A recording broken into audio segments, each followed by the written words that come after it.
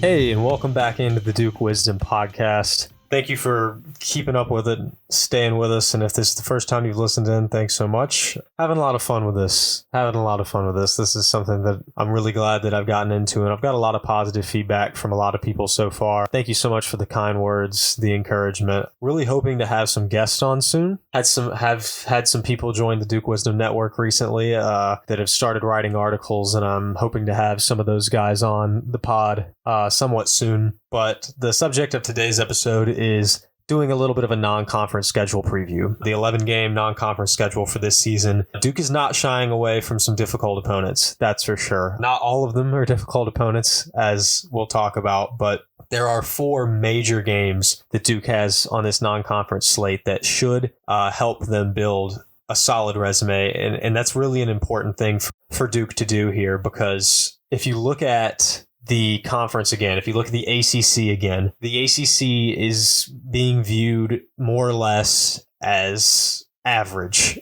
for a Power 5 again. It will be frustratingly the 3rd consecutive year that a loss in the ACC is extremely detrimental to Duke's resume, and that wins in the ACC rarely mean anything. I think this season wins over Carolina, wins over Miami will mean something. Maybe wins over Clemson or Virginia or NC State could mean something, but those 3 teams aren't exactly guaranteed, and it's just like, don't lose to them. A win doesn't mean a whole lot, just don't lose to them. And hope that you pick up wins over Carolina and Miami, because if you lose those games, that means really the only quad 1 win opportunities, solid quad 1 win opportunities, will come in non-conference play, and Duke has 4 likely quad 1 games in non-conference play. The other 7, not so much. They have 1 or 2 other opponents that we'll get into that are honestly pretty solid, that you might not think so on face value, but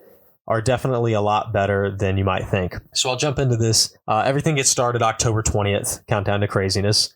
Closer to the time that countdown is, we'll do some sort of preview there, talking about the potential blue versus white scrimmage and who's going to be on what team and intro songs and whatnot. But so I'll really get it started with the exhibition game. Duke is taking on UNC Pembroke on November 1st. Those 2 schools have never met before, actually, and Pembroke was 26-4 last season.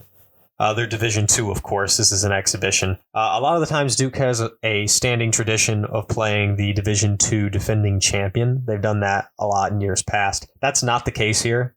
Pembroke is just kind of I think that Duke's sort of breaking that tradition post Coach K. Pembroke, however, was very good. I mean, 26-4, really solid record. I think they went pretty far in the Division II tournament. So a solid test. Shouldn't be anything crazy, but hopefully getting at least a feel for the team there against Pembroke would be nice. Hopefully seeing all 15 guys out there on the floor, especially Spencer Hubbard and Stanley Borden and Neil Begovich. Got to see those guys on the floor. If I don't see Stanley Borden play against Pembroke, there will be rioting. The Stanley Borden needs more minutes. We got to talk. Hold on, I'm taking an aside for this right now, actually. I'm sure I'll talk about this again later, but so many times in the regular season, Duke would build like a large lead. And, they had a lot of guys that didn't play consistent minutes there at the end of the bench. Cale Catchings, Max Johns, those guys would come in. That's great. And then Spencer Hubbard would come in for like the last minute, and Stanley Borden just never played. He just didn't ever play in the regular season. And it's because that 3rd string lineup would usually be like Hubbard, Blakes, Johns, Catchings, and Reeves. And because Christian Reeves was in the game and Shire was trying to get Reeves run toward the ends of those games, he just didn't play Stanley Borden. And I think this is a travesty. I think that if Christian Reeves moves up the rotation a little bit this year, those garbage time minutes can go to Stanley Borden. Man, I'm starting a campaign. The people's person, man, an absolute icon on Duke's campus, a very popular man is Stanley Borden. A renaissance man, honestly. What a talented kid. For those of you that don't know anything about Stanley. But anyway, moving on to the actual non-conference regular season slate. So the first game of the season will be November 6th against Dartmouth. Wildly, this is the first ever meeting between Duke and Dartmouth. I honestly could not believe that, but I guess it's true. Duke has won 23 consecutive season openers. That's pretty good. Wouldn't think that streak will break on this one, but this is Duke's first Ivy League game since they played Brown back in the 2019-20 season in the fall. So let's get into a little bit of Dartmouth's resume. They were 10-28 last season, ranking 260th on KenPom. Not the worst team on KenPom that Duke will play this upcoming season. They do bring back Dusan Neskovic from Serbia. He averaged 12.2 points per game last season. And then also Ryan Cornish, who averaged 12.5 points per game last season. So 2 double-digit scorers returning for Dartmouth. This really shouldn't be a crazy challenge. I don't think this is a team no team is going to lie down. When you get to go into Cameron Indoor Stadium and play Duke, it is go hard or go home. I mean, why not put your best effort forward? But I wouldn't think Duke has too much trouble with Dartmouth in their first ever meeting. And speaking of first ever meetings, there's going to be a lot of those in here. So look out for that. Some exciting first ever meetings. This is not a first ever meeting, but it is a big one. The second game of the season, November 10th versus Arizona at home. This is the first of a home and home series that Shire has scheduled, where Arizona comes into Cameron this season and Duke will go to Arizona next season. Arizona is coming in at number 11 right now on ESPN's Way Too Early Top 25. It's really not that early anymore, actually. So they probably will fall somewhere around there in the preseason top 25. Duke is second on that list, behind only Kansas. And I think that's probably ultimately where Duke will land on the official preseason AP poll. Anyway, but number 11, Arizona. Arizona was great last season. I believe they were number 2 seed. They built this roster back up, though, through the portal and international circuits. They do, however, bring back one really crucial player, and Umar Ballo. He's back. 7-footer, 14.2 points per game, 8.6 rebounds per game. He was first team Pac-12. Kyle's going to have his hands full. Kyle is going to have his hands full in that matchup. That is a physical big man. That is a big guy. A talented one at that. That's the concern for that matchup, because Filipowski, you don't want him getting in foul trouble. Sean Stewart's given up a lot of height there, and that is the second game of the season. Is Stewart really going to be ready for that?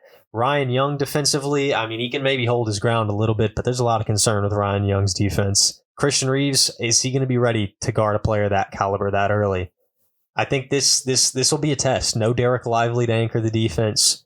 What does Duke look like against a really high level center? This is the biggest thing I think to look out for against Arizona. Tubelis is gone. There's some good guard play at Arizona. Probably the most notable guard at Arizona next year, unfortunately for Duke fans, is Caleb Love. From Carolina. He's making his way to Arizona. 16.6 points per game last year at UNC. A lot of Duke fans probably thought they were done with Caleb Love after he announced his decision to transfer, but he is going to play in Cameron Indoor Stadium once more, at least, because he does have another year of eligibility after this year. So I'm sure the boos will be in full effect in Cameron for Mr. Love, regardless of whether he's wearing Carolina baby blue or not. But he'll be there. But really, again, Ballo, that matchup is going to be the biggest thing to watch against Arizona. How does Duke defensively handle him in the interior? Because if they can handle him, I think that's going to be a really good sign for Duke's interior defense, which is probably a bit of a concern, especially to start the year. It would be great if Sean Stewart is ready right off the cusp to deal with a bigger guy like that. But I just, you have your doubts when you're dealing with a shorter in height big man in Stewart, that can he really hang that early? Hopefully, we'll see. And we'll see if Filipowski can hang as well without getting in foul trouble, because I think that'll be critical in that matchup. And the very next game is somehow even higher profile. The Champions Classic matchup in Chicago this year will be against Michigan State on November 14th. Michigan State is ranked number 4 in ESPN's Way Too Early Top 25. So that'll be probably a top 5 matchup in this one. Michigan State and Duke's all-time record. Duke is 14-4 against Michigan State. Last time they played was the second round in the 2022 tournament where Jeremy Roach hit a pretty big bucket. So Jeremy Roach has Michigan State's number for sure. There's no doubt about that. There are 4 projected starters back from last year for Michigan State, including its backcourt players, Tyson Walker, who averaged 14.8 points per game, and AJ Hoggard, who averaged 12.9 points per game. They went to the Sweet 16 last year. They were 7 seed for the second consecutive year, I believe. And, Michigan State has a way of overperforming in a lot of NCAA tournaments and making it to those second and third weekends. But a very notable difference here is the recruiting addition that Michigan State has added. Yes, they brought back, a lot of guys from a Sweet 16 team, but Xavier Booker, that's the big factor here. 6'10", number 14 player in the class, according to 24/7 Sports. He was ranked, I think, as high as like 3rd at a point in time. Duke did dish out an offer to Booker. Obviously, ended up going to Michigan State. I think that'll be an interesting matchup in the interior as well. I think physically a little easier for Duke to deal with in terms of he's not a huge body big man that's going to push guys around in the paint, that kind of thing. He's athletic, but I think Duke has the athleticism to deal with that. If Duke can outperform Michigan State's backcourt, if Proctor, Roach, McCain, and Foster can outdo Walker and Hoggard, I think Duke's in good shape against Michigan State ultimately. And Duke typically is in good shape against Michigan State. But this is the first Michigan State matchup of the Shire era. So we'll see how the Shire versus Izzo matchup looks like. See if he can continue the tradition of big dubs over the Spartans like Coach K had. Want to join a community of Duke accounts publishing news, theories, and predictions on Duke athletics? Join the Duke Wisdom Network. Just go to dukewisdom.org/join network today and fill out the form with your name and social media. Or you can DM at Duke_wisdom on Twitter or Instagram. Become a part of the community of Duke fans publishing their takes today. Again, that's dukewisdom.org/join network or DM at Duke_wisdom on Twitter or Instagram. Okay, now the 4th through 6th matchups of the season will be part of the Blue Devil Challenge. So there's 4 teams in the Blue Devil Challenge, Bucknell, LaSalle, and Southern Indiana, and Duke, of course. Those 4 schools will all play one another at some point during like the span of a week, I think. Yeah, over the span of a week. But all 3 matchups for Duke will be in Cameron. They'll play Bucknell first, November 17th. They're 3-0 all-time against Bucknell. They last played in 2006, though, so this first matchup in about 17 years. Bucknell was 12-20 last year. They are, I believe, the lowest-ranked team on KenPom from last year. They were 303rd last season. They only returned 1 double-digit scorer, Jack Forrest. They also only have 2 returnees over 6'6". Both of those players averaged 3.6 points and 1.5 points respectively. If you're going to put down a preemptive, going to go ahead and put a W on the schedule, no offense to Bucknell, this might be the one to do it for. This is probably Duke's biggest, go get a blowout and have fun kind of game. This might really blow up on me if Bucknell goes crazy in Cameron. You never know. You absolutely never know. A team can get hot. The next game in this part will be against LaSalle, November 21st. The Explorers are 0-4 against Duke all times. The Blue Devils never lost to them. This is the first time they've played since 1983, which I believe is the only matchup. You can fact check me on this, but I believe is the only matchup of the Coach K era against LaSalle. Their top scorer, Khalil Brantley, he's back. 14.3 points per game last season, 6-foot point guard. They were 15-19 last season. They were ranked 225th on KenPom. So again, another perhaps not the greatest matchup. They're a guard-heavy team that should really not bring too many problems to Durham, especially given how strong Duke's backcourt is this season. Third matchup in the Blue Devil Challenge will be November 24th on Black Friday. No Thanksgiving game this year, but there will be a Black Friday game. This is the first time, I believe, first time ever that Duke has played Southern Indiana, who was ranked 285th on KenPom at the end of last season. They were a perfect 500, 16-16 last season. They lost pretty much all of their main scores from a season ago, so the Blue Devil Challenge, perhaps maybe not as challenging for the Blue Devils as it is for the teams playing them. Kind of a nice breath of fresh air after playing 2 back-to-back potential top 10 teams in Arizona and Michigan State. But after the Blue Devil Challenge ends, you go about almost a week after Thanksgiving, and Duke will play its first and its only true away game. So they've got, I think, 2 neutral court games in non-conference play, but they'll play 1 true away game, and it will be against Arkansas on November 29th. This is the first game ever for Duke in the ACC SEC Challenge, which is brand new after the Big Ten Challenge ended last season. Arkansas is ranked number 14 on the ESPN Way Too Early Top 25. So third team ranked in the top 15 already. That's big time in 7 games. And Duke is 2-2 all time against Arkansas. The last time they played was a W, obviously, as the Elite Eight win in 2022 to send the Blue Devils to the Final Four. There's another notable matchup of those 4 between these two teams in 1994. Duke fans probably don't love talking about that one. But this could be a really challenging game for Duke. I think personnel-wise, Arkansas obviously is not the best team Duke plays. Personnel-wise, Michigan State likely is. Their ranking shows that. But Trevin Brazil, 11.8 points per game. I hope I didn't butcher that name. And then Devontae Davis, 10.9 points per game. Both those guys are back. Khalif Battle is transferring into Arkansas. He averaged 17.9 points per game last year at Temple. And then Tremont Mark, who averaged 10.1 at Houston, also transferring in to Arkansas.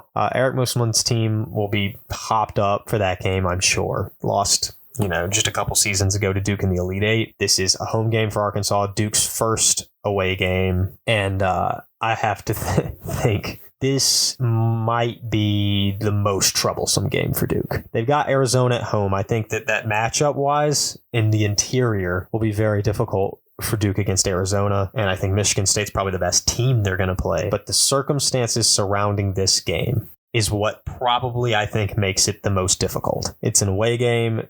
It's a good crowd. It's going to be a defensively intensive team in Arkansas. And it's going to be a tough game for Duke. And then we'll move on. They play December 9th against Charlotte at home. So all time, this will be, I think, the 8th meeting between these two teams. Duke is 6-1 all time. The last time they met, this is a fun fact. Shout out to also, before I give this fact, shout out to Go Duke, the SIDs. Do some amazing jobs at gathering statistics for media and publishing them on Go Duke. Just really cool job that they do. So the last time these two teams met, Duke and Charlotte, was in the 2009-10 season, and Duke won the game huge. And John Shire led the team in scoring with 20 points. He had 5 rebounds, 5 assists. Great game for Coach there. So the last time they played, Shire was playing on the team, leading them right before winning a national title. Pretty cool tidbit there. Charlotte was actually ranked 106th on KenPom, which makes them the second best non-Power 5 that Duke will play. 22-14 last year, and they won the College Basketball Invitational in the postseason. That was the school's first ever postseason title. They bring back one double-digit scorer in Patterson. He averaged 10 points per game last season. Another interesting thing to look out for Charlotte, they actually have 5 players who are 6'10 or taller. Wow. That's pretty impressive, especially for the 49ers. They were 16th last season nationally in effective field goal percentage, according to KenPom, and 19th in three-point percentage overall. Now, the way they play might change because they have a first-year coach this year. So who knows how much they're going to focus on three-point shooting, especially with 5 near 7-footers. Game plan might change, but if it doesn't and they're bringing back some three-point shooting, could be interesting to see how Duke deals with that. To see how Duke deals with kind of a pesky mid-major three-point shooting team like they might see in the first round of the tournament. Could be good practice in that regard. So a sneakily pretty solid team in Charlotte. Speaking of sneakily solid teams, though, the next game is December 12th, also at home against Hofstra, who ranked 89th last year in KenPom. They were 25-10 last season, including 16-2 in Colonial play and conference play. They actually went to the NIT as well. So this right here, this team, you want to talk about a trap game? If there's a trap game in this non-conference schedule, it is Hofstra, without a doubt. A lot of people probably wouldn't guess that on face value, but they were 15th in effective field goal percentage, according to KenPom last season nationally, 17th in two-point percentage. They're bringing back their second leading scorer, Tyler Thomas. He averaged 16.5 points per game. They lost their top scorer, but they also bring back their third leading scorer, Darlin Stone Dubar, who averaged 10.3 points per game. So this could be a scary team. This is good practice, and honestly, even at home, Hofstra could be a decent game. Like, not just a void quad 3, quad 4 kind of win.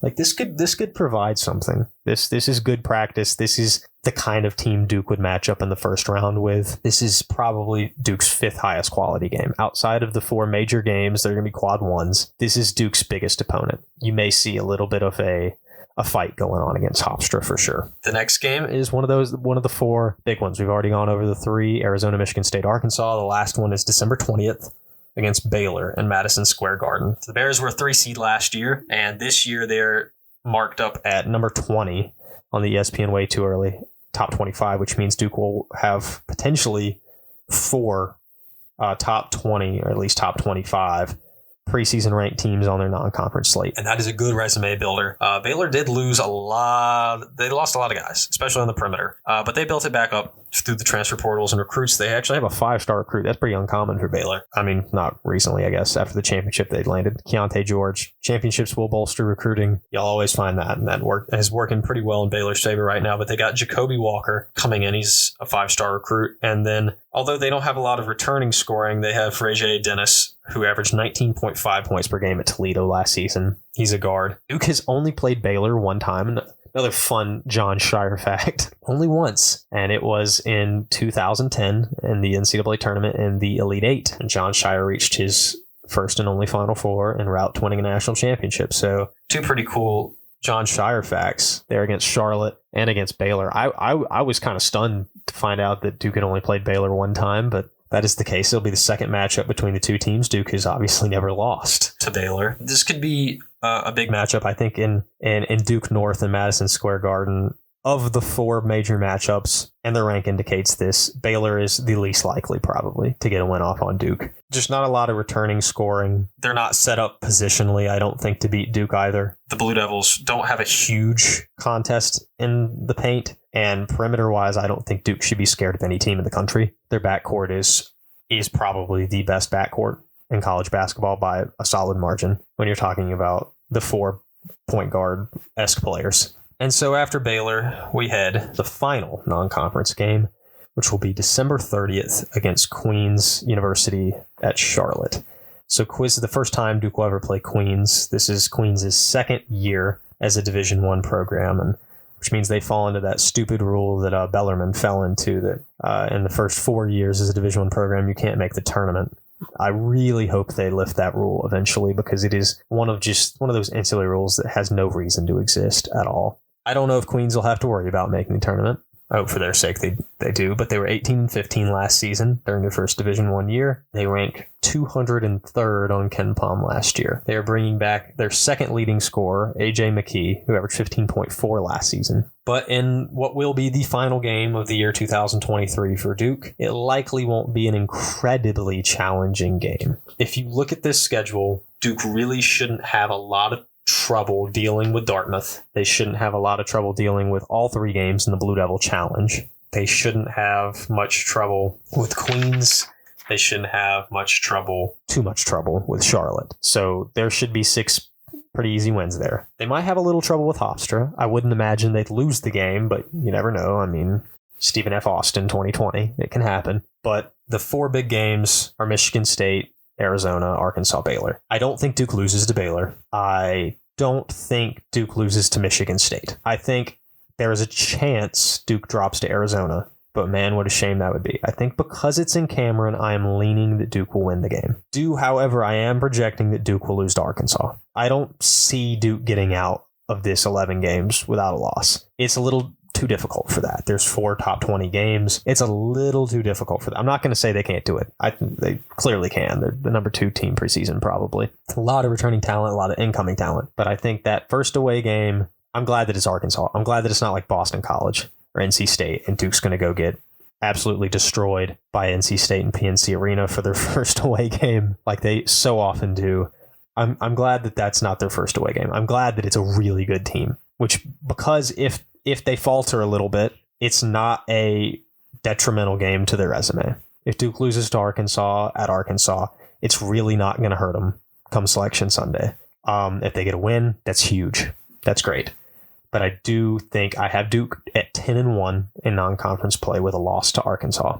We'll see how that goes, and we will see the full released ACC schedule sometime soon. And with that, I will make another episode to go over the conference games and go over some conference opponents and stuff. And closer to the season, I'll hop into preseason all ACC teams for me. I might do an episode at some point to go over my official all ACC preseason football ballot that I filled out. I don't know. We'll see. But thanks so much for listening in. Let me know who you think. I did a poll on Twitter, I know already, but let me know who you think Duke's first loss will be to, if you think they're going to have one. History says they will. But let me know who you think the first one will be to, if you think it'll be in non-conference. Let me know what you think of each of these non-conference matchups as well. Thanks so much for listening. Make sure to subscribe or follow on whichever platform you're listening on, and stay tuned for new episodes every Tuesday and Thursday. Thanks so much.